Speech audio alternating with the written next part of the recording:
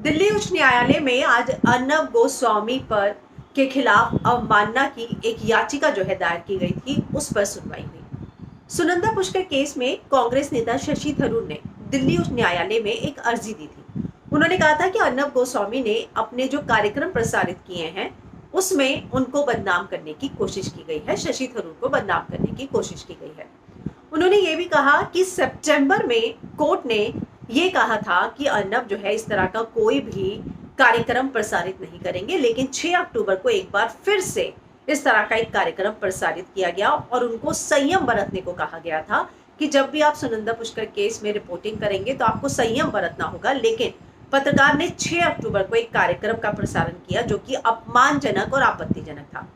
थरूर की ओर से दाखिल याचिका में दावा किया गया कि रिपब्लिक टीवी के प्रधान संपादक अर्नब गोस्वामी द्वारा अदालत में दिए गए हलफनामे का उल्लंघन करते हुए शो का प्रसारण किया गया है। अदालत ने कांग्रेस नेता थरूर की पत्नी की मौत के मामले में समानांतर जांच और सुनवाई करने के लिए पत्रकार से यानी कि अर्नब से एक सवाल पूछा था। उन्होंने कहा था कि साल 2017 में हलफनामे में दिए गए वचन का आपने पालन क्यों नहीं किया। तो उच्च न्यायालय ने 1 दिसंबर 2017 के आदेश में कहा था कि गोस्वामी और उनके चैनल को खबरें दिखाने का अधिकार जरूर है, लेकिन इस पर पाबंदी नहीं लगाई जा सकती क्योंकि खबरें दिखाना जो है एक पत्रकार का काम है, लेकिन उसे संयमित और संतुलित करके दिखाया जाए।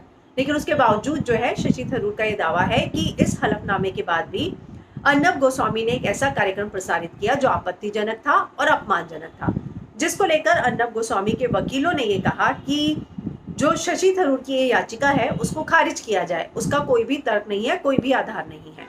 लेकिन अब इस सारे मामले पर 21 दिसंबर को सुनवाई होगी। दिल्ली उच्च न्यायालय ये तय करेगा कि क्या हलफनामे के बावजूद जो है जो जजमेंट दिया गया था कि उसके बावजूद अर्नब गोस्वामी ने ऐसा कोई कार्यक्रम ऑन एयर किया है या नहीं किया। तो इस पूरे मामले पर अब 21 दिसंबर को सुनवाई होगी।